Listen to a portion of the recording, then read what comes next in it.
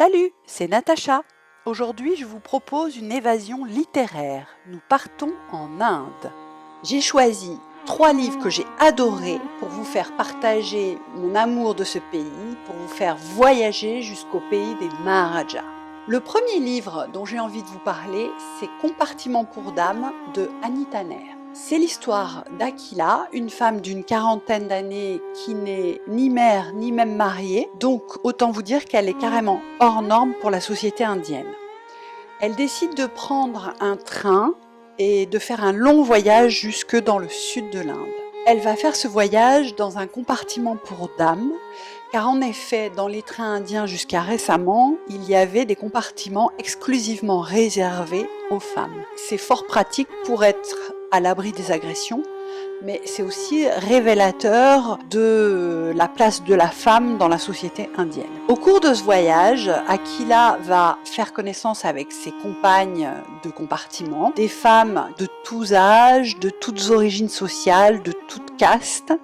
Donc ça va être l'occasion pour nous, vous l'aurez compris, de faire connaissance avec les femmes indiennes et surtout de comprendre leur place dans la société. Annie Tanner écrit remarquablement bien, donc je vous recommande vraiment ce bouquin, il est génial. Le deuxième roman dont j'ai envie de vous parler s'intitule Le Dieu des petits riens de Arundhati Roy. C'est l'histoire de 2 jumeaux, Esta et Raël, qui vivaient heureux dans leur famille jusqu'à ce qu'un drame les sépare. On en apprend beaucoup sur l'Inde, ses traditions, ses castes, son histoire. C'est un récit très dense, très touffu, il y a des retours en arrière, bref, c'est le bazar, comme en Inde.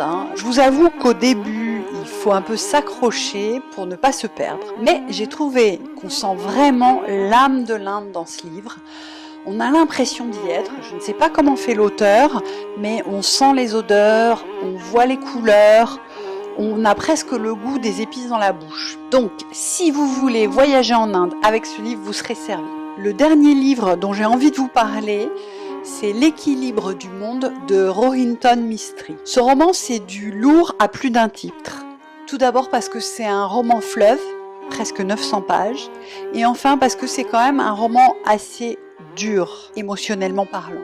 Ça se passe à Bombay en 1975, durant l'état d'urgence, qui est une des périodes les plus troubles de l'histoire de l'Inde. Il y a 4 personnages principaux, il y a plein de personnages, mais les 4 plus importants, c'est Dina, une veuve qui s'est lancée dans la confection à domicile pour survivre et pour rester indépendante. Manek, un jeune étudiant qui vient des montagnes, qui se retrouve complètement perdu à la ville. Et enfin, Ishvar et Om Prakash, qui sont 2 intouchables qui travaillent pour Dina. Dans ce livre, on passe vite, très très vite, du rire aux larmes.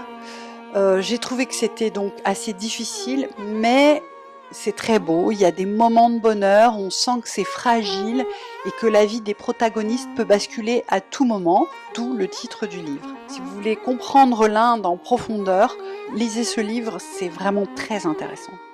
N'hésitez pas à me faire connaître vos romans indiens préférés, je vous donne rendez-vous bientôt pour de nouvelles évasions.